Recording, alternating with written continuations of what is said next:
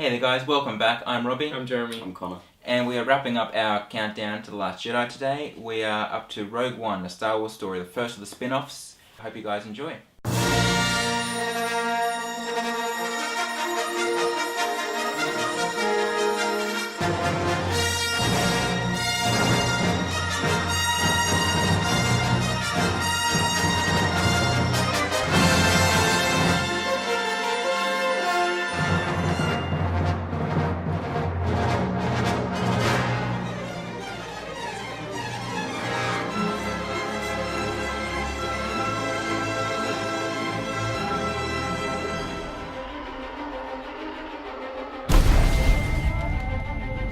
You want to get out of here? Our rebellion is all that remains to push back the Empire. We think you might be able to help us. When was the last time you were in contact with your father? What is this? It appears he is critical to the development of a super weapon. If my father built this thing, we need to find him. All right. How many do I need? They are requesting a call sign. It's, Rogue One. Rogue One, a Star Wars story, was directed by Gareth Edwards and it stars Felicity Jones, Diego Luna, Ben Mendelsohn and Forrest Whitaker. Yeah, this movie finally explains the massive plot hole in A New Hope. Yeah. And it's basically the story of how the rebels got the plans to the Death Star. Yes, and why it was so easy to destroy the Death Star. Yeah, so one bullet. everyone who saw A New Hope was like, "Wow, that was easy." Yeah, literally. But you know, Lucasfilm finally decided Yeah. to explain why it was so easy. And it validates it in the most beautiful scene. Yeah, it does. It's so well done. We'll get to that later. We'll do spoilers, but no, it's a good film. yeah. So the first spin-off in the plan, however many spin-offs they're gonna do. Yeah. It's a good first try, I think. Yeah. A little bit rocky to begin with, I think. It's a bit choppy, but it settles in pretty quickly after half an hour or so, and then the last 45 minutes is some of the best Star Wars scenes I've ever seen. Mm. Yeah, I think I fall in love with the characters really easily, and that's something that that they're doing a lot. Like we spoke about it in Force Awakens, how easy it is to fall in love with Rey and Finn. It's the same with this one. You fall in love with the characters like Jyn Erso very easily, Yeah. and Cassian. yeah. And K2SO, comic Yes, relief. Alan Tudyk. Alan Tudyk. Oh my like, god, wow. he is amazing in this. Definitely one of my probably my favorite character in the whole film. Yeah, definitely the funniest of all the droids. Yeah, he's so he's a reprogrammed Empire droid, so he's a little bit off. Why does she get a blaster and I don't? What? I know how to use it. That's what I'm afraid of. Give it to me. We're going to Jeddah. That's a war zone. That's not the point of... Where'd you get it? I found it. I find that answer vague and unconvincing.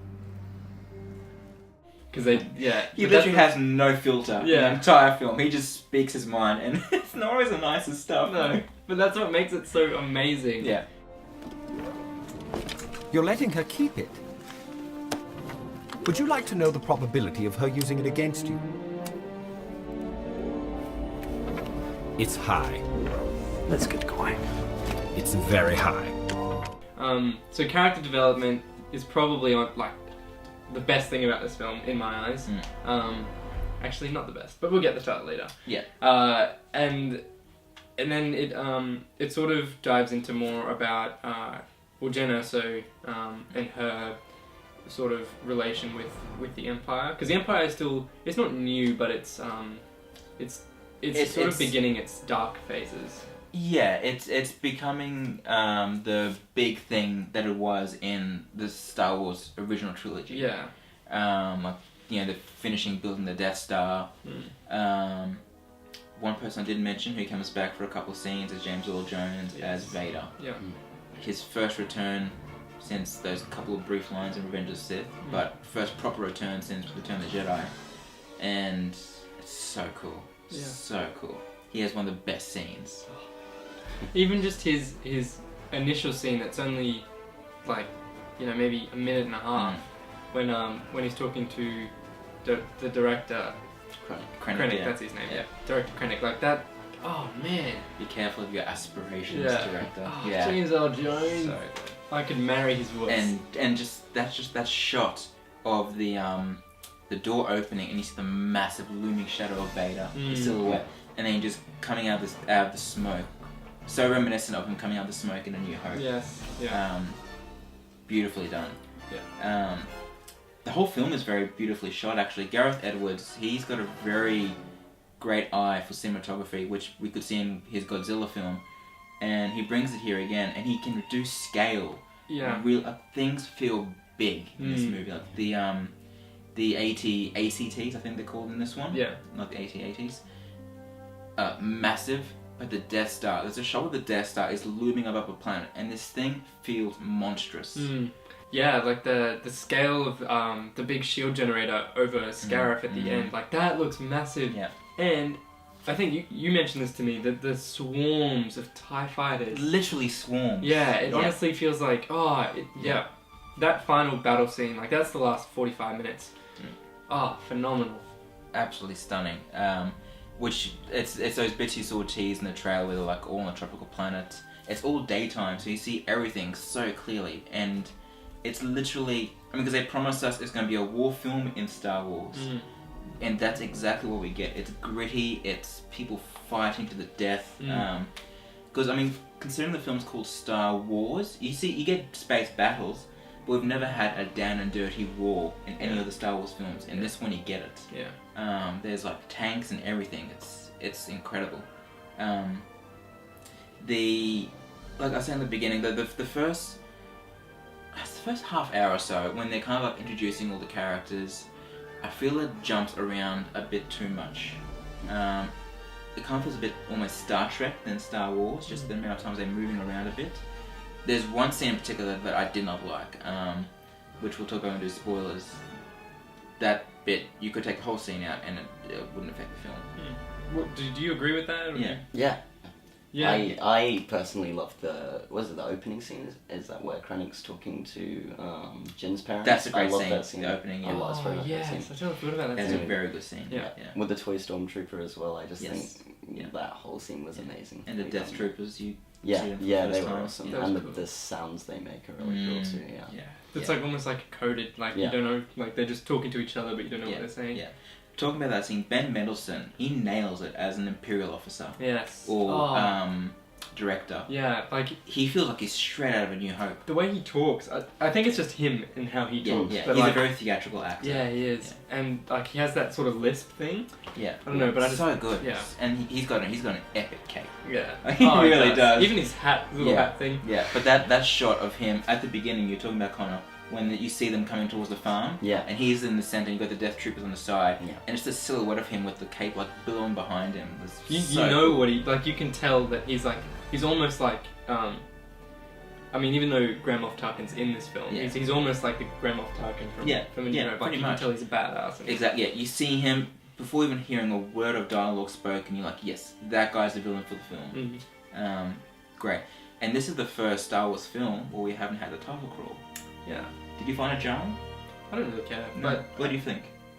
I liked it. It makes sense that they didn't use it, definitely. It makes sense, but I honestly feel like it wouldn't have hurt anyone. Like, it's just a title crawl. I honestly think that if it's a Star Wars movie, it should be iconic. And I totally see why they did it. I have no problem with them not putting it in at all. I just think it wouldn't have hurt. Like, this... if it was in there, it wouldn't have bothered me at all. Yeah. But I like how they've done something to set it apart from the main series of films. Yeah. Yeah, well, it's still canon. Like, it's still exactly what happened prior to A New Hope. I don't know. I'm not fussed at all. But I thought it would have been nice to have it. But another major change, behind the scenes, first Star Wars film not composed by John Williams. Yeah. Michael Giacchino steps in. He had 2 weeks to compose his film. And he does a great job considering he had 2 weeks. Yeah, but he did just redo a lot of John Williams scores. Yeah. But he brings in new themes. The Imperial theme is brand new. Gina Erso's, like he does a great job.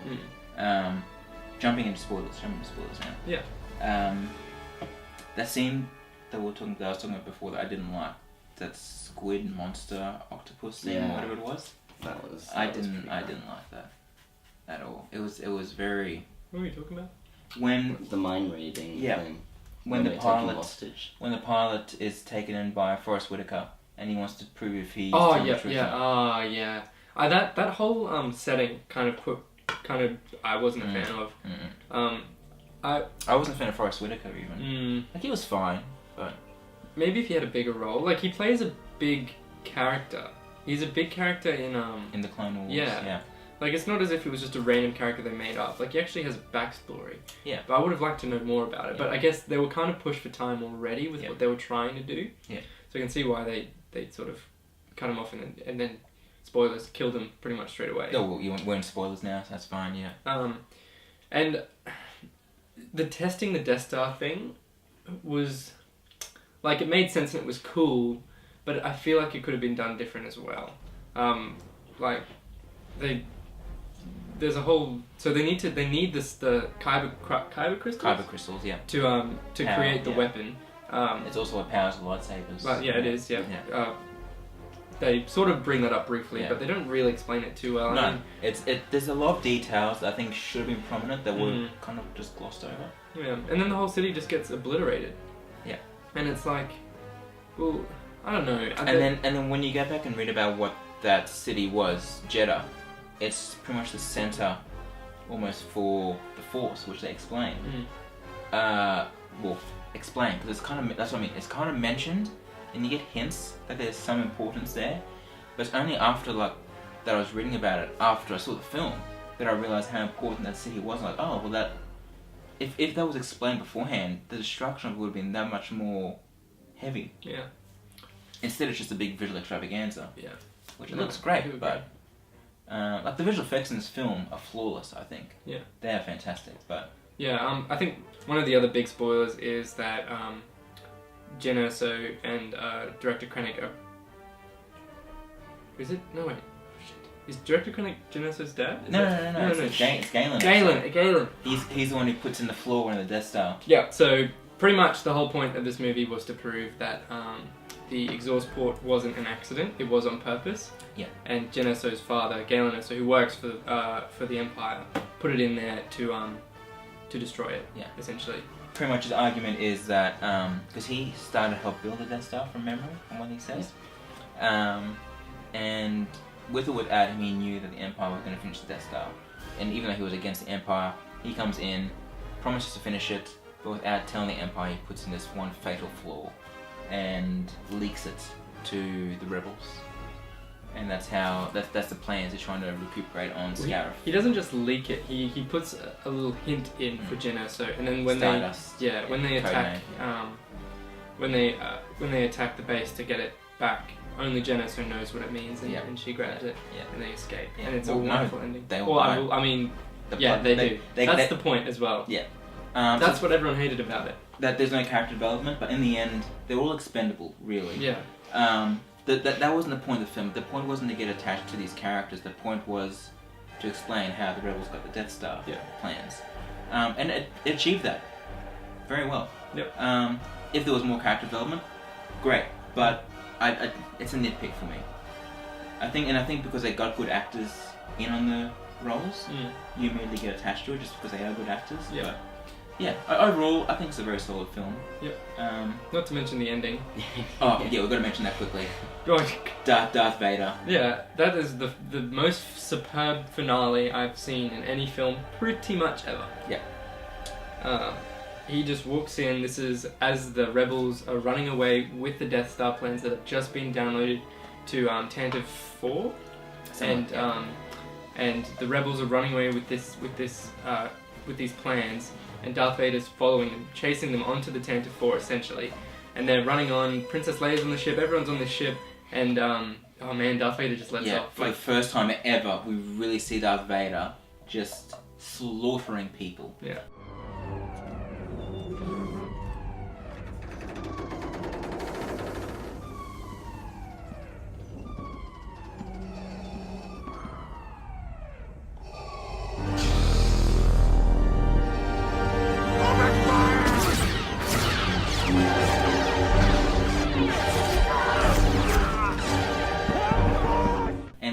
sheer terror of rebel fighters. Of the rebels fighters, as doors are closing on them and they're scrambling to get just the desperation was so well done.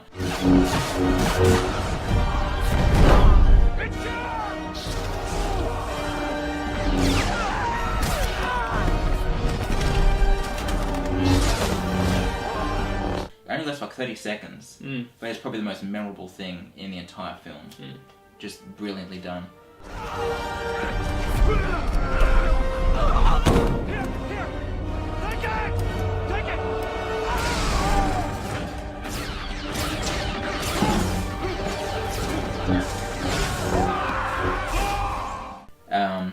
Star ratings, what are you giving it? 4 stars. Huh? 5 stars. 5 stars, nice. 4 stars for me as well. They've no idea we're coming. Take hold of this moment. The force is strong. Make 10 men feel like 100. We'll take the next chance. And the next. You're rebels, aren't you? Save the rebellion! Save the dream!